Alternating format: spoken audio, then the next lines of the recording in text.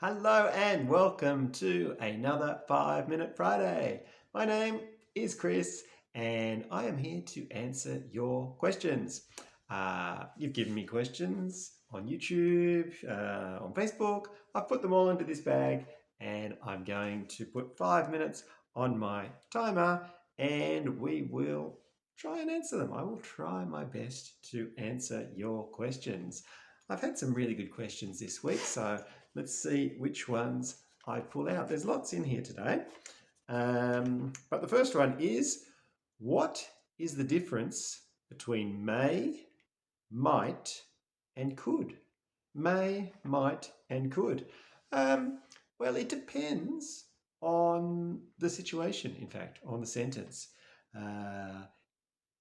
Sometimes may, might, and could mean exactly the same thing.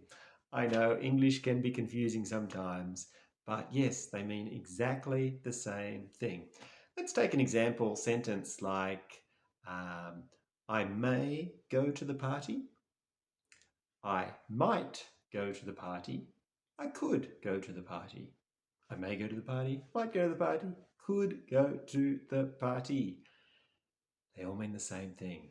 There is a possibility that I will go to the party. It's possible. I'm not sure, but it's possible. And they all have that same meaning. So that's just in a normal sentence where they have the same meaning. In the negative, the meanings change. May and might stay the same. I may not go to Paris this year. I may not go to Paris this year. Peut-être oui, peut-être non. I might not go to Paris this year. Again, we've got that possibility, yes or no. I couldn't go to Paris this year. It changes. The meaning changes completely. Couldn't means there was no chance and it's finished. Because couldn't is actually the past of can't or cannot. Couldn't. Okay, so in this situation, may and might stay the same. Couldn't changes. Could changes. Okay, so that's in the negative form. May and might stay the same, but could changes completely. I couldn't go to Paris this year. There was no possibility. It's finished. Okay, and then finally, there's also one situation where may and might are just a little bit different, because normally may and might are the same, but might changes for something that's not real. Let's take an example, something not real about me. If I was a Hollywood star, I might live in Hollywood. Yeah, let's say, if I was an actor, I might live in Hollywood. Okay, if I was an actor, I might live in Hollywood. Now, I am not an actor, definitely not. But if I was, I might live in Hollywood. It's for something that's not real. We cannot say, if I was an actor, I may live in Hollywood. That doesn't work. That doesn't work. So may and might are not the same here. When something is not real, when you're imagining something, we use might.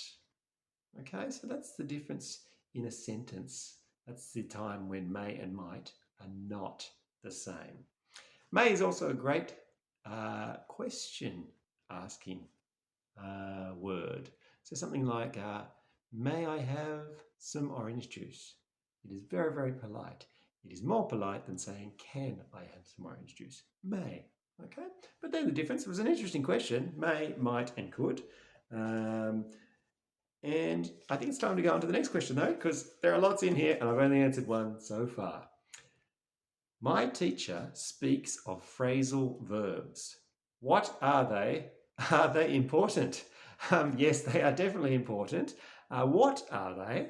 They are in French, I think you say le verbe à particule. Le verbe à particule. Phrasal verbs in English. And they are important because they change the meaning of a verb. If we have a meaning like call, for example, call, appeler, call, I will call you tomorrow. It can change completely by putting another word after it or before it to make a phrasal verb. To call off, to call off. I'm calling off our lesson tomorrow. I'm calling off.